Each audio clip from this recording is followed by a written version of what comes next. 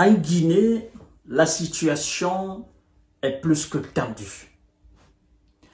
Tendue à tel point que les religieux demandent au pouvoir en place de clarifier sa position par rapport au calendrier de ce qu'ils appellent la transition en Guinée.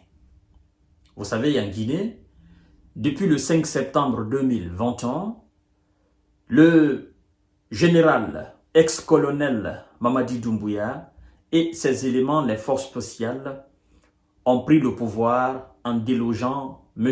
Alpha Condé, qui avait lui aussi orchestré un coup d'État constitutionnel et qui avait organisé une mascarade électorale, puis s'est autoproclamé président vainqueur. Parce que je dois quand même vous rappeler que c'est lui qui avait mis sa CENI en place, CENI qui s'était occupé à l'organisation des élections.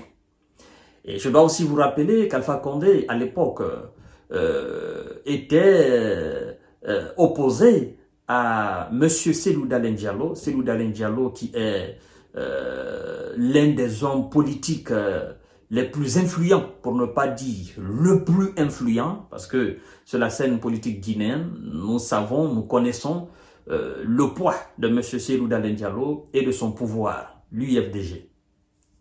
Vous comprenez? Donc, depuis le 5 septembre jusqu'à date, Mamadi Doumbouya, le général Mamadi Doumbouya, est aux affaires. D'accord? Avec ses éléments. Il a d'ailleurs composé un gouvernement, puis a recomposé un autre gouvernement. Et jusqu'à présent, les Guinéens se posent la question de savoir est-ce qu'il va respecter la date limite de ce qu'ils appellent la transition en Guinée. Tout n'est pas rose. Depuis que Mamadi Doumbouya est à la tête de la Guinée, tout n'est pas rose. Tout n'a jamais été rose en Guinée. D'ailleurs, en Guinée, vous devez savoir que depuis l'indépendance 1958 jusqu'à l'arrivée de Mamadi Doumbouya, aucun président guinéen n'a été apprécié à sa juste valeur. Ça, aucun Guinéen ne peut me dire le contraire. Sékou Touré a été traité de tyran, de dictateur, avec la pression occidentale et les qualificatifs que les Occidentaux l'ont attribués. Les Guinéens ont été manipulés contre Ahmed Sékou Touré. Et puis, après, il y a eu le coup d'État de 84, le général Lansana Conté. Et tout n'a pas été rose. Le général Lansana Conté, alors qui a été qualifié d'incompétent, à l'époque, M. Alpha Condé était opposant et qui a fait quand même 24 ans au pouvoir. Ahmed Sékou Touré a fait 26 ans, Lansana Conté a fait 24 ans, qui est parti en 2008. Et après, les Dadis sont venus, les Sekouba. Nous sommes restés plongés dans ce flou politique en Guinée. Alpha Condé, alors qui est venu en 2010, et voilà, qui était en réalité vu comme l'homme de la situation, qui n'avait jamais travaillé avec Lansana Conté, encore moins Ahmed Sékou Touré. Alpha Condé, qui était perçu comme le véritable porteur de bonheur, qui pouvait quand même apporter le changement radical en Guinée. Alpha Condé aussi a été une déception. Et voilà, au vu de la déception des Guinéens et au vu de son incapacité à relever le défi guinéen, Alpha Condé n'a pas voulu quitter le pouvoir et c'est même a voulu s'octroyer un troisième mandat qui a accouché au coup d'État du 5 septembre 2008. Donc, aucun président guinéen n'a été apprécié à sa juste valeur. Et donc, depuis l'arrivée de Mamadi Doumbouya, je dois vous dire que tout n'est pas rose. En termes d'électricité, tout n'est pas rose. En termes d'emploi, tout n'est pas rose. En termes d'infrastructures routières, sanitaires, tout n'est pas rose. En termes de sécurité, tout n'est pas rose. En termes, n'est-ce pas, d'éducation, tout n'est pas rose. Tout ne peut pas être aussi rose en seulement 3 ans. Alors, les évêques, n'est-ce pas, l'Église catholique guinéenne demande au pouvoir en place de clarifier sa position afin d'éviter ce qu'ils appellent des grèves et des manifestations et d'éviter les soulèvements pour ne pas que cela vienne s'ajouter à ce qu'ils appellent la gravité de la situation qui aujourd'hui s'impose en Guinée. Mesdames et messieurs et mesdemoiselles, je suis guinéen, fier de l'être. Je ne vais pas cacher ma nationalité. J'ai mené cette lutte sous Alpha Condé parce que je me suis opposé au 3e mandat d'Alpha Condé. Fermement, j'étais un opposant ferme de M. Alpha Condé. Lui qui nous a tant parlé de la démocratie, qui nous a tant fait rêver quand il était opposant. Hein? Lui qui nous a vendu un rêve, mais démesuré au fait. Comme moi, des millions de jeunes ont été déçus du professeur Alpha Condé. On se disait que Alpha Condé, à la tête de l'État, pouvait rétablir l'ordre et pouvait permettre à la Guinée de faire, n'est-ce pas, un saut. Pouvait mettre la Guinée sur les rails. Mais, mesdames et messieurs, ça a été une déception. Et donc, l'avènement de Mamadi Doumbouya, nous l'avons tous salué. Parce que nous ne voulions pas que Alpha Condé continue. Un président qui, après 10 ans de gouvernance, vient s'arrêter devant son peuple pour dire « Je connaissais mon peuple, mais je ne connaissais pas l'administration. Et que dorénavant, on va gouverner ce pays-là autrement. » Cette phrase, ça m'a fait énormément mal. Et je me suis dit que le professeur Alpha Condé se foutait de la gueule de tous les Guinéens. Vous passez 10 ans à la tête d'un État et après 10 ans, pendant que vous êtes en train de vous octroyer un 3e mandat, vous dites que ce que vous avez fait pendant ces 10 ans, vous vous êtes trompé de gouvernance et que vous allez gouverner le pays autrement. Je me suis dit, même si c'est le diable qui vient pour dégager Alpha Condé, je suis prêt à coopérer avec le diable pour l'intérêt supérieur de la nation. Alors, nous avons perçu et accueilli Mamadi Doumbouya avec beaucoup de ferveur.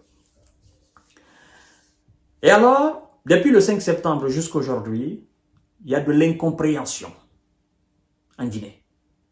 Incompréhension entre le peuple et son chef. Incompréhension entre le pouvoir en place et les acteurs politiques, s'il y en a encore. Parce qu'il faut dire que les acteurs politiques majeurs de ce pays sont des ex-premiers ministres et ministres. Des gens qui ont servi sous Lansana Conté. Il y en a même qui ont servi depuis le temps d'Ahmed Sékou Touré. Et ces anciens premiers ministres et ministres qui ont eu à gérer le pays, la plupart aujourd'hui ont, disons, des convocations dans leur dos pour venir répondre devant la Cour de répression des infractions économiques et financières qui a été créée et mise en place par le général Mamadi Doumbouya pour nettoyer le pays, comme ils le disent et comme ils l'ont dit. Et la plupart de ces ex-ministres qui sont aujourd'hui des acteurs politiques majeurs ont fui le pays. Ils n'ont pas voulu répondre de leur convocation. Alors, Mamadi continue à exercer le pouvoir en Guinée. Et ces acteurs qui sont censés mettre la pression restent à l'extérieur du pays, ayant peur de la justice et de la prison, veulent que Mamadi quitte à la tête de l'État et qu'eux, ils viennent diriger le pays. Il y a un bémol. Alors, des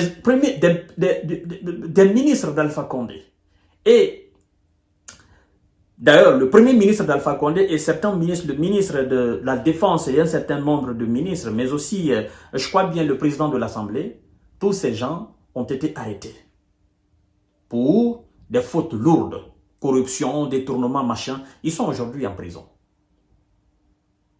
Et les autres acteurs qui ont servi sous Lansana Conté, qui ont occupé des postes importants, premier ministre et ministre, et qui ont aujourd'hui des convocations dans leur dos, sont à l'exil et ne veulent pas rentrer au pays. Tout ce qui les intéresse, c'est l'organisation des élections. Mamadi dit non. Soit vous venez répondre, n'est-ce pas, à la convocation, on clarifie vos dossiers, parce que vous êtes impliqués dans un certain nombre de dossiers, la vente par exemple de la compagnie aérienne guinéenne, des avions, Notamment, la convocation est dans le dos de M. Selouda Diallo. Venez, nous allons clarifier vos dossiers et puis vous êtes libre. Ça, c'est notre point. Maintenant, par rapport à la date de la transition, le calendrier de la transition, l'Église catholique guinéenne demande au pouvoir en place de clarifier. Moi, je voudrais mettre les gens à l'aise. Je voudrais mettre les Guinéens à l'aise. Je voudrais mettre les acteurs politiques à l'aise. Je voudrais mettre même le pouvoir à l'aise. Parce qu'il y a une crise de confiance. Qu'est-ce que je voulais dire aux Guinéens, aux Guinéennes et Guinéens? Le général Mamadi Doumbouya n'est pas venu pour l'organisation d'une quelconque élection guinéenne. Mamadi Doumbouya parle de transition, mais il ne parle pas et il ne parlera pas d'organisation des élections en Guinée pour donner le pouvoir à qui que ce soit. Soyez convaincus de cela.